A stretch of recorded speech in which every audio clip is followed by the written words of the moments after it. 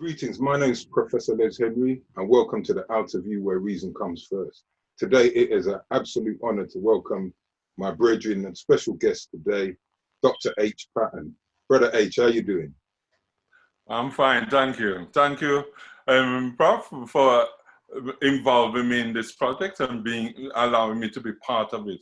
I'm looking forward to our discussion this afternoon. Okay. So Brother H, tell us a bit about yourself. I was going to call you Dr. H, but that's what people call me, so it's kind of weird. So, Dr. H. Well, the thing is, I might be Dr. H now, and you've upgraded to Professor H. True, so true. maybe, Yeah. maybe that's how it doesn't have the same ring. You know, it doesn't seem to have the same ring. Yes, yeah. It's true. But anyway, just to tell you a little bit about myself, I'm a Jamaican and I'm a proud Jamaican, but I was born 20 days after my mother came here. That's a little thing that some people may know, not everybody know. But the thing is, being born in the UK, but growing up in a very Jamaican-centric household where we had my parents did things like old school. Like for example, all their friends that came up at the same time as them, every time there was a holiday, whether it's Christmas, New Year's, bank holidays, they would all gather at our house and they would have like a little party. And so that get together, the partying, it would always start with them coming early, eating food, talking and drinking. And as the eldest boy in the house, I was allowed to stay inside the front room, you know, the living room. All the other children have privileged space. Yes, that's right, because the rest are in the dining room. And so I get the opportunity to listen to big people talk.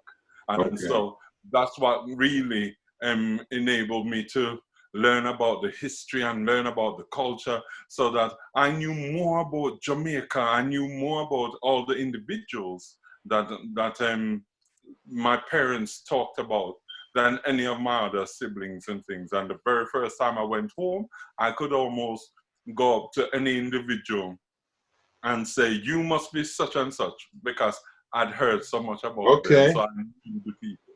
Yeah, that's brilliant, because exactly, apparently myself and my twin brother couldn't speak English until we went to school. And yeah, apparently they wouldn't let us even go to the ice cream van, because we used to say, yeah, mama, I want them, I want that there. And they never understood what we were saying. So that's what my older siblings told us. We couldn't speak English until we went to school at 5 or something ridiculous like that. But yeah, well, you see, with me, it rubbed off, because I had cousins who came over, and when they came over, you know, they would speak Jamaican, and it would be thick, and so sometimes I have to go with them and interpret and things. So of course it rubbed off on me the other way, where I was sounding more and more Jamaican.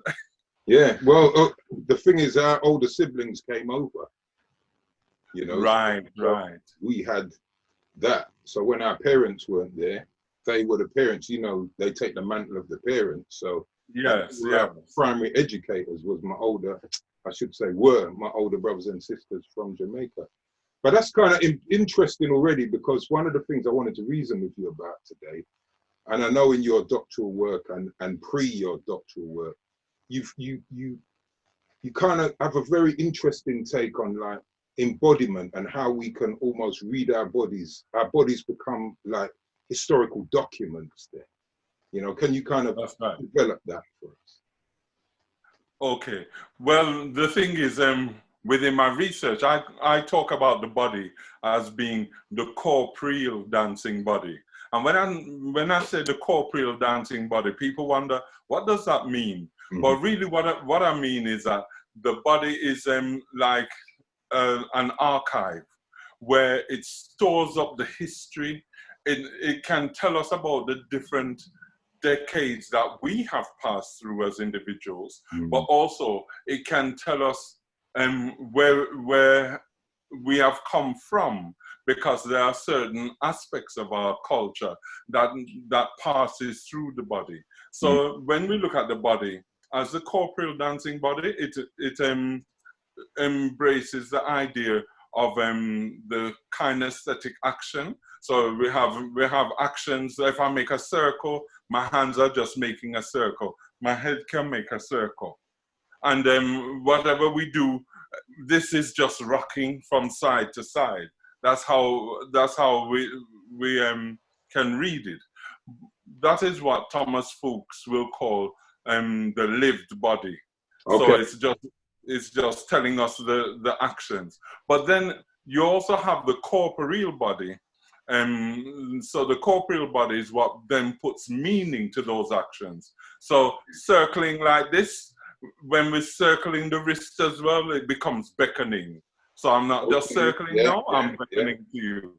Yeah. When I do this, as somebody's beside me, I bounce against them. It's not just rocking from side to side now, but it's communicating. I'm knocking them, I'm communicating with them. You know, if you have a little sweetheart and you just nudge her a little bit to show her that way. Yeah. I'm still here, you know? Yeah. That's how the body, the corporeal body becomes active. But when I put them together to make the corporeal dancing body, what I'm really doing, I'm really saying that the body is like a corpse. The body is dead at times because of the trauma that we've been through enslavement, through colonialism, etc. Through the dance, we kept ourselves going. That was our survival mechanism. That is how we kept ourselves in a state where we could live. Because everything else, all other aspects of life, was beating us down to a point that if we were not such a strong set of people as Africans, if we were not strong, none of us would have survived in the Caribbean at all, because people would have either killed themselves or they would have died from the excess hard work they were subjected to and all the oppression they were subjected to. But the dance and the music is when we come alive, and that's when we actually can connect with the ancestors. And so through the body, we become a living body, a living structure that connects the past, the present, and the future, because we can connect with the ancestors as well. And then that enables us to be uplifted and enables us to uplift others. Yeah. And so the corporeal dancing body encapsulates all of that. Yeah, because to me, you know, when you were speaking, there were a few things going off in my head, because it's incitement and it's catharsis, because it is about the movement, but it's about the healing. And when you were speaking, it reminds me of Carolyn Cooper's book, Noises in the Blood. And I remember once when I was speaking to her, she told me something about, I think it was someone who wrote about echoes in the bone. So it's visceral, this almost, I don't know, embodied visceral repository of, so it's an ontological question. Yeah. And when you were talking about moving side to side and, you know, whatever, and everybody knows that I can't dance. You want to see the dancer, you look at H, mate. This H can't dance. Can crop, but I can't dance. But we all can dance. There's a book I think his name is, I think it's G.L. Davis. He wrote this book called I've Got the Word in Me and I Can Sing It, you know. And I remember I read it, Prof. Paul Gilroy told me to read it when I was a PhD student. And basically one of the things that he said, because he looks at that whole notion of how the body represents different things, and you can read that within the culture. If you are part or aspect of the culture, you can read what it's saying. You don't have to have any verbal communication. And one of the things he said is, if you see people rocking side to side, it's in church. If you see them rock backwards and forwards, it's more likely in a dance. And that is kind of like, you know, the same thing that I picked up from what you were saying. It's about that embodiment. And I know, you know, loads of sociologists, anthropologists have studied embodiment. But I just think that's an interesting take because you're also linking it to the ancestral as well. That's right. Yeah. Because they're all connected, see. Because when we move side to side, you find if you're in a reggae dance, it's side to side. If it's dancehall, it's side to side. But you might now start to lift the foot to go with it so that it becomes more animated. But if you're in church as well, it's side to side.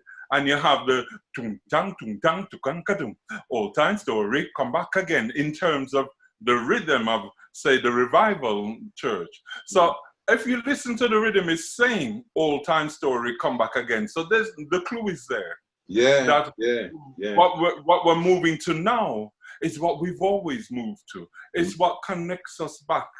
And also when we look, that's why reggae, dancehall, they're also powerful because reggae dancehall is dependent on the beat and it's a bass line. And that bass line connects back to the drum because we've always used the drum. The drum is an ancestral link. Yeah, man, we come from the drum. Yeah. So, yeah, in terms of the bass line, when we feel the bass line, we move to that and you rock to the bass line. So, if we look at what David says about the forward and back movement, I wouldn't strictly agree with that because in the dance hall, you get people bow them head and move forward and back. But in the revival church, you have the trumping. And the forward and back is part of that as well.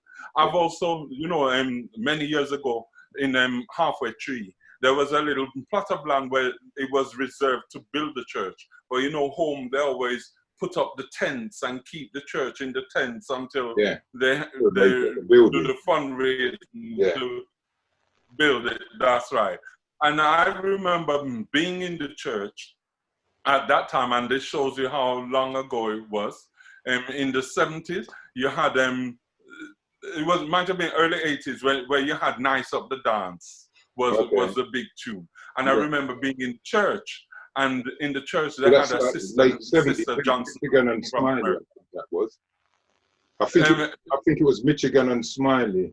That's right, yes, Nice Up the Dance. 70s, I think, something like that. And so you heard that doom, ba do do do do do do do do do. Yeah. Doom. Armageddon rock, man. And before you realize it, you see all the hats them waving up and down in the church because all the sisters them nodding to the music. And before we knew it, everybody rocking in the church to the dance hall outside. And so when Sister Johnson said that, she jump up and start sing a chorus. She said, "The Lord is good and I love him." I said, "The Lord is good and I love him." I said, "I love him, doom, do, do, do, do." And so all the bowing of the head then fitted into that. So it took it away from the vibe and the feeling that people were getting from the bar across the way, took it back into the church, but it was the same movement, the same bowing of the head. That's actually quite interesting because around that time, like if people have access to those old cassettes, and I know there are loads of them online now, I remember hearing some dances with Gemini. This was around 1980, 81. And the people who used to do it all the time was Burabantan. Not Buju. Right. Burabantan, Burabantan. And he always used to say, like he might be chatting his thing about, Kappa Shata Fireman, blah, blah, blah. And then he would go, so we hold to the dance, now we're here at the church. And then they would just start singing hymns and stuff like that. And they all used to do it. General Echo, my favorite DJ of all time, he used to do that. And they would always kind of deal with this, what we might call slackness and culture dichotomy. They would always kind of deal with that in a very practical way. But what I wanted to move on to is a lot of people are going to be shocked because you have no sight of an English accent whatsoever. Remind me a bit of my brethren, Trevor Nutch, peace be upon him, who used to DJ on Diamonds, and we were all shocked one day when he chatted this lyric, and I've written about it, because we were just shocked. Because he came out with this lyric, he goes, "Me born in England under the Union Jack, from his. I want to start to wear my thinking cap. And we draw the mic from him and say, I lie, I tell man. But and he was actually born in went to Jamaica to live in Portland, and he couldn't speak. He used to try. He used to remind me of my dad, right, Mike, when he was trying to be Cockney. But I want to talk to you. But I want to talk to you about, you know, that bridge, because there is a bridge there, and you're the living embodiment of that bridge between Jamaican and so-called the Black British stroke Caribbean experience. Because let's not forget, you know, people like to talk about London Jamaican as a language, which is rubbish, because we bring in words from the Caribbean, we bring in words from the continent, we bring in words from African American experience, and we've made this whatever it is we want to call it. But what are your thoughts on that? Those links between those cultures, let's say in the context of Jamaica and Britain. All right. Well, okay. In terms of the culture now, when I look at Jamaican culture and then I look at British culture, growing up as a youth, there was always this thing where some people used to talk about having Jamaican culture and trying to live like Jamaicans, and then others were trying to assimilate and live a British kind of lifestyle and assimilate so that they could fit in better. Yeah. But it was a deliberate attempt, and it was deliberate, a deliberate choice to retain my Jamaican and retain my Jamaican language, etc. Because all of this is what I felt gave me value as a youth growing up. Because I've always said, and that's why when I did my first production, it was called Inner the Wilderness, my first solo production, because it spoke to the three sets of keys that we have living here. I felt that I had a bunch of keys for Jamaica and the Caribbean, but it wasn't a completed bunch of keys. Okay. There's certain things, you know, like I remember when I went home one time in the 80s, and then, you know, they raised the price of gas, and you know, there were all the roadblocks and things. And I think at that time you had the headline, what's his name? From Culture Club, Boy George. Boy George, yeah, Boy George. Yes, Boy George was in Jamaica at the time, and then they had the big headline, Boy George flees Terror Island. Yeah. And I was saying, well, I wonder which island he was at, because I was in Jamaica at the time, and there were some problems in town, but it wasn't that bad. No. Particularly where he was, because, you know, he's in the tourist area. North Coast. And those areas are kind of protected. Yeah. And so I remember when my aunt said, boy, you know, with all this problem thing, maybe you should have got back to England so nothing don't happen to you. And I looked at her and said, but I'm home here. And you're telling me to go home to England. England is not my home. I'm home here. So if anything should happen to me, here is where it should happen. Yeah. Then I remember when I first went to Africa, first place I went to was Ghana. And that was in the early 80s. Then when I first went to Ghana, I remember being in a position where I was surrounded by all my Ghanaian friends, because when we arrived there, the National Dance Company, the whole of them came to meet us at the airport, and they danced for us and sang, and we danced with them, etc. And so it was a real homecoming welcome that we got. And so you immediately felt like this was home. I am home now. Yeah. But I remember in the midst of that, being with them, enjoying it, and saying, yes, this is my dream to have come home. So I was surrounded by all my Ghanaian friends, and all of a sudden somebody said something, and they all burst out laughing. And when they all burst out laughing, we asked them, what happened? And then they gave us just a 2-word translation. But when you heard those 2 words, you suddenly realize, boy, those 2 words cannot convey what really happened. And so that's when it kind of hit home that you have a bunch of keys for home, Africa. but it's not a completed bunch of keys either, because straight away the language stops you. The fact that everything has to be translated for you, it prevents you from going deeply into the culture in the way that you would really want to. Although and then growing up, I must admit, when I went to Ghana in 1996, and I don't know if you noticed this, but I went there, I went on my own, because a lot of the times I just travel on my own. And I went there for, I think it was about 3 weeks or something like that. And what I noticed was, like, I was staying in Lima. Right, yes. Yeah. And I went to the big market. Yeah, I was about 15 minutes walk from that massive market. Right. I went to walk down there and I heard people talking. And I could have sworn they were Jamaicans because of the rhythm and the pitch and the sounds. It's only when I got near to them I realized they were speaking in Tree or whatever. But it's the rhythm. And that's one of the things that people kind of don't really understand about how we speak in the Caribbean. Because they say, oh, it's, you know, it's bastardized language, it's pidgin, it's vernacular language of common people or slaves. It isn't. The patterns are still there. And that's why I always say to people, it's interesting, you know, especially when we see these white so-called reggae DJs, you get a white boy who pretends he's Jamaican and chats and then says, oh, I'm really sound like a Jamaican, you know, and I say, which part of Jamaica does he come from to sound like that? They're composites.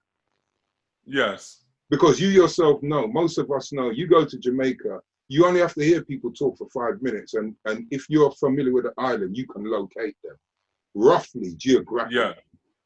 And I always say to people, so my people in country then will say something like onga, and not only. But when my wife comes from in Portland, they'll say only, and not onga. You know what I mean? And other people say ongly, not onga. Yeah. And it's ways like that how we convey it. And the one that always got to me, which is why I always have a laugh with like my Yoruba and Igbo and whatever it is friends from so-called Nigeria. Because where my people come from, our country, they put an O on the end. So I remember the first time I went country, it was like, Lezoy! And after time, I didn't even know they were talking to. I realized afterwards. And it's exactly the same as what a lot of Igbo and Yoruba people do. And for me, that is some of those interesting retentions or conversations. Even like these examples that I'm giving you where I'm speaking about that, and I know you're overly familiar with them, but I know I know I've heard you discuss this thing about identity on a sliding scale. So is that the keys metaphor that you're giving us?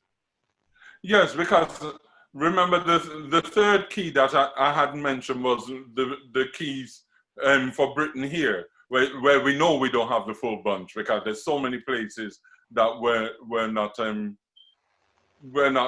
able to access. So many things we're not able to access. And even now, when you look at what's happening now, when you have all the uprisings and you have at the moment the different protests going on, etc. But then people are talking and asking if the history should be rewritten and taking out these people whose statues we want to pull down. But then what they don't realize is that the history was never written properly in the first place. Absolutely. And so it's their history that's been presented and our history has been left out.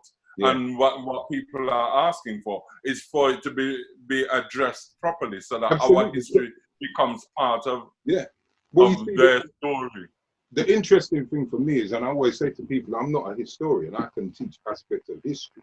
You know, you want to go to a historian, you go to like a close friend of mine, you know, Dr. Elizabeth Williams, she's a historian, she's trained as a historian. Right. But the thing that I know is, and I've had this conversation many times, especially when I'm working with, like, say, white working class boys, their histories aren't in there either. We get the history of a particular class, and the rest of us get used almost to the Dickensian hands, the Charles Dickens hands, or the invisible hand, what some of the old white philosophers used to talk about. the invisible hand that shapes the British Empire and the British psyche, because it's those people who represent that invisible hand whose narratives and stories are missing from the account. So it's always incomplete.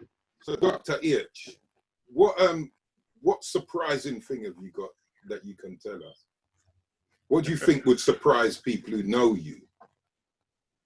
Well, what would surprise a lot of people, and it often does, is to know that I'm really a shy person.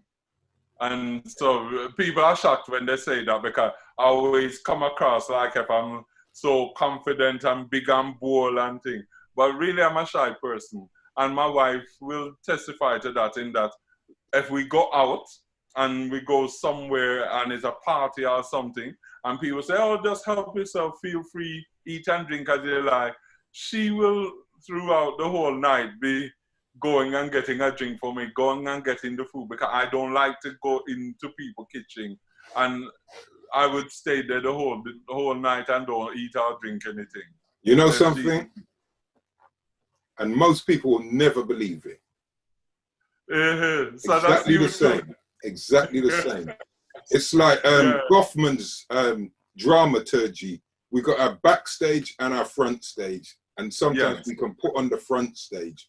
But I'm exactly the same, and that's why a lot of people they've read me as aloof. You know, that I'm this and I'm that. Long time before I even knew what a PhD was, people said, "Oh, he's unfriendly." That's why I don't really I'm not a very sociable person, and I don't really have many friends. And a lot of people just don't overstart. I don't have visitors. I hardly have visitors, because I'm kind of like that, withdrawn, whatever it is. Right. And I have the problem of being a Leo, so sometimes I overcome it, but most people are shocked. But people who know me intimately, you know, in that sense that they really know me, they know that I am, I am. So I'm not shocked. People might be shocked, but I'm not. And it's funny because someone else I interviewed, or I reasoned with the other day, I reasoned with a brother the other day, and he said exactly the same thing. And I said, I'm not, because he said, I don't do this, Les. He goes, I'm only doing this for you. And it's a brother who's doing great, great works. But yeah, but I have, you know what made me overcome that? DJing. Right. Because it took me 4 years to get the courage to DJ on the sound system. That's how shy I was. I was literally writing lyrics for 4 years. It was only under the influence of certain things. Ray and his nephew. Ray and his nephew and Tall Big Ed. And then I but that's what occurs with me. When I go into stage, you know, I don't want to eat and drink anything. I don't want to take anything that would influence me, because I always say, when I go on stage and when we come off back, I want to know that when there's an applause, the applause is for me, not for Ray and nephew, not for anything else. As you say, none of that. It have to be. It's funny because you know one of the ironies about even that, because I haven't smoked for over, what year is this? 2020, over 30 years. I haven't smoked. Oh. Yeah. And the only time I even really will drink, if I said drink like rum, is when I go to Jamaica. Cause rum punch, I just have to have the 1 and 2 rum punch, and you know. Yeah. But other than that, But as I said, that's the only way I overcame that fear. Like 1981 to 1982, that fear and that shyness. But so the last thing I want from you is a takeaway. And I know a lot of people are out there probably looking and saying, yeah, there's no way you're a shy person, blah, blah, blah. But we know how to put, and the funny thing is, if you read the biography of people like Michael Jackson, he said exactly the same thing. Yes. You have to literally get into character, and then you do it. Well, that is exactly the point. When you go into stage, you step into your character. If I'm doing a lecture, the same way like how I prepare for stage, that's how I prepare to do a lecture. I get into a character. So that's why even when I'm speaking to you today, I thought about what will I wear, because depending on what I'm wearing, that actually allows me to become the character that I need to be in order to talk and share everything. Brother H, we're coming to a close, and what can you give people to take away? Well, it's something that my mother always used to say to me as a youth when I was growing up. She always say, if you want good, your nose have to run. So what that means is, no matter what you want out of life, you have to work for it. But when you work for it, there's different ways in which we can work. When I work, I find that my work is by observing people, listening to people, and taking away the messages that they convey. But I think sometimes we take the wrong message. Because when you take the message that comes out of the mouth, in terms of the spoken word, you get the message that the person wants you to believe they're sending. But when you observe the body and look at people and study how they move, what they say through the body, then you begin to get the real person. So even as you have said that you're like myself, where we talk freely and will look like if we're very outgoing and thing, you see the shyness of the person. It does come out if you study them and look. So therefore, sometimes the take-home message, if you want your nose off a run, you have to do the extra work it takes to read people. And so read the body and see what the body says. Don't just listen to the words that come out of the mouth. There's also what we put across, and we don't even know we're putting across, because we have the cultural memory that will always come through, and that will always show what we connect with, and also what guides us. Absolutely. And so we have to listen to that too, because sometimes the spirit tell you do something, don't do something, walk here, don't walk there. Yeah, true. Follow the spirit. True. Respect, Brother H, and I know we'll catch up at some time, so stay blessed and stay focused. Rastafari lives. Respect.